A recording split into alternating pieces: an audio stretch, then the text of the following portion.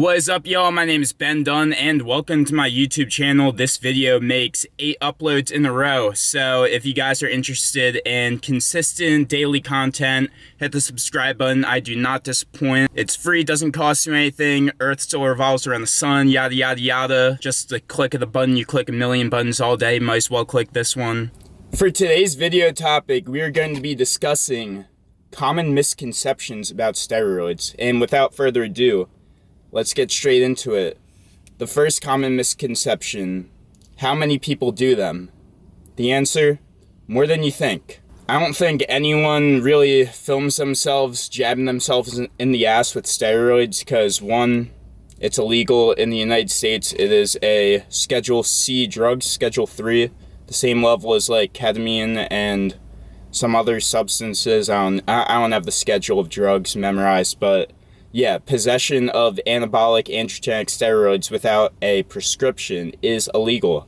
So it makes sense that people would not admit to using something that is illegal. Not everyone admits to a crime on camera, even though I'm pretty sure you can, technically, admit to crimes allegedly on YouTube, and, police informants or whatever can't use it as something to get you arrested, because there are plenty of drug videos, drug stories where people talk about, oh yeah, I did cocaine and robbed a Walmart, and those videos don't get taken down, and the people who make those videos don't get arrested. So yeah, I don't know, that's a little tangent I went on. But anyways, why would you admit to a crime? Especially in the fitness industry, you say that you're on steroids and people say, oh, I lost all my respect for you, you're cheating, you're taking the easy way out, you look natty. I hate that. I hate when people say you look natty. Also, a lot of these fitness influencers are 18 and 19 and live with their parents, and they don't want to admit to steroid use, and then their mom watches their video and they get kicked out of their house. Aside from fitness influencers, professional athletes, just because they get drug tested doesn't mean that they don't get around it or try to get around it. How many athletes per year get popped? A ton. I'm pretty sure that 7 of the 8 fastest Olympic sprinters, 7 of the 8 fastest times, they have all gotten popped for PEDs at some point. Granted, sprinters and marathon runners and stuff like that, they don't use the same steroids that, or they don't use the same PEDs that people in the fitness bodybuilding industry use. They use more stuff like EPO for endurance output and stuff like cardarine. That's the first misconception. More people are on steroids than you think, especially look in your commercial gym. Even guys who probably don't look like they're on might be on. Second common misconception is how good they work. In my opinion, the analogy that I have for using something like testosterone, let's take testosterone for example, because that's why I have experience with. I'm not going to talk about the other ones. Testosterone. You take testosterone, and let's say you take testosterone and you don't work out. Are you going to gain muscle? No. It's like taking an Adderall and not studying. You still have to work hard. The same amount of hard work on test will produce greater results than the same amount of hard work as a natural, but a natural could potentially outwork someone on steroids who sits on their ass.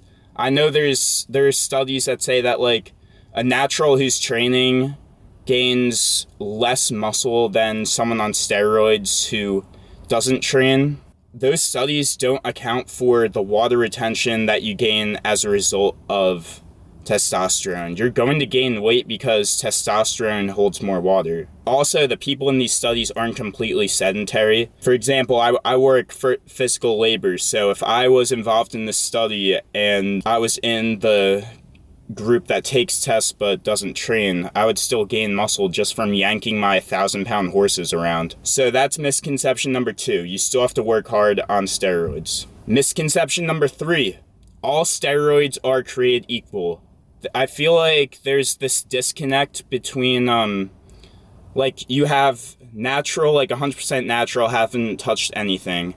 And then you have not natty, and people don't realize that there's a lot that goes in between there. There's a huge difference between being on multiple grams of shit per week versus under a gram of testosterone. This is mainly like a TikTok thing because it became a trend, but tren. I feel like so many, especially younger kids, do not understand that there is a difference between test and tren. I've had so many comments of people saying, aren't you on tren? And I'll say, no, I'm on test. And they say, what's the difference? Night and day.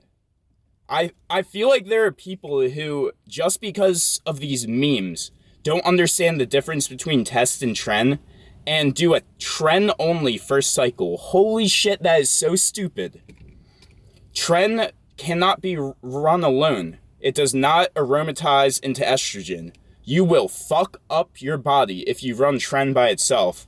You'll also fuck up your body if you run tren with test, but you can at least, like, use risk mitigation protocols to do it safely. There's no safe way to do a tren only cycle.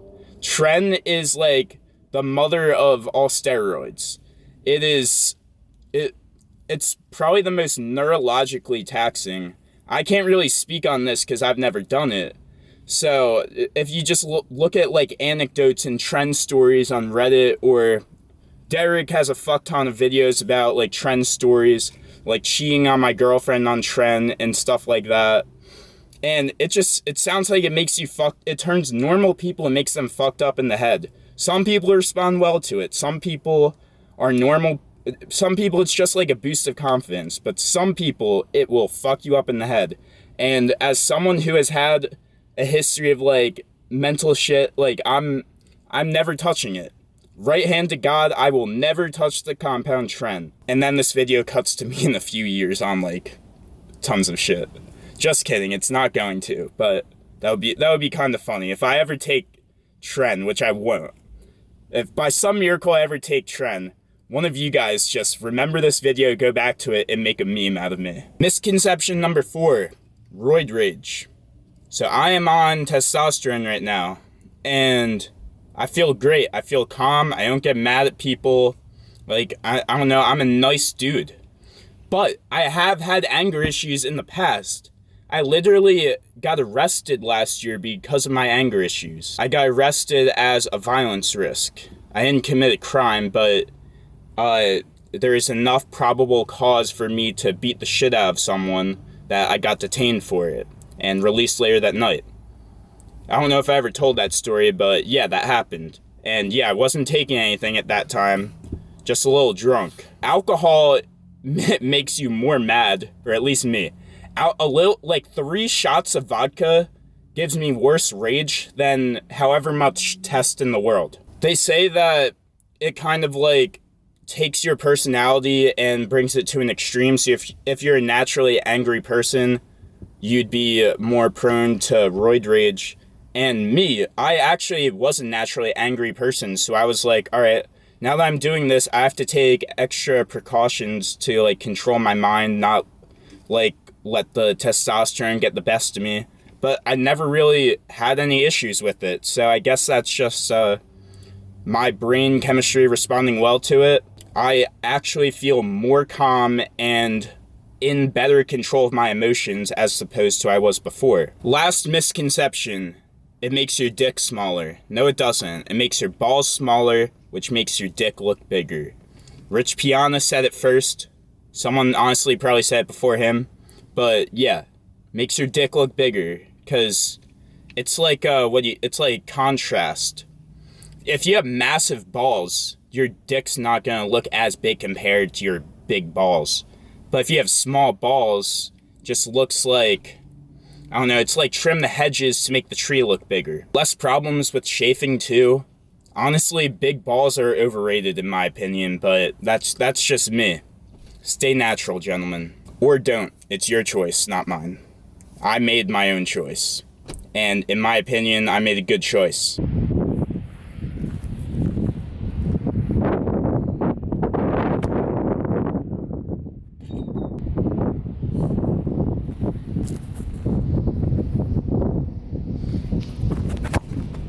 good.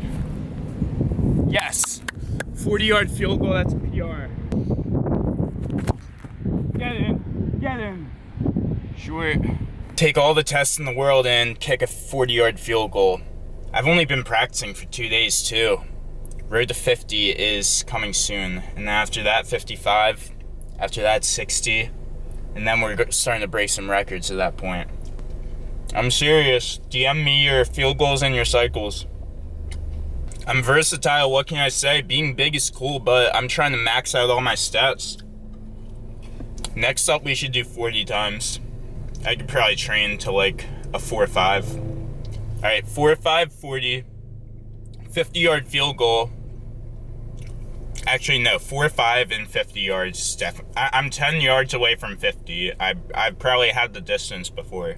So, I don't know what I would run at a 40 time right now. I'd probably tear my hamstring. You know what? Yeah, fuck that. I'm not running a 40. Now that I think about it, I'm not running at all. When I'm cutting, I'll do the 40 time. It's gonna be my cardio during my prep is gonna be 40-yard dashes. Today is a rest day, so there's no lifting footage. I figured I'd end the video with a physique update. Also, I did just make that intro on Premiere Pro right before making this clip, so let me know in the comments how you like that intro.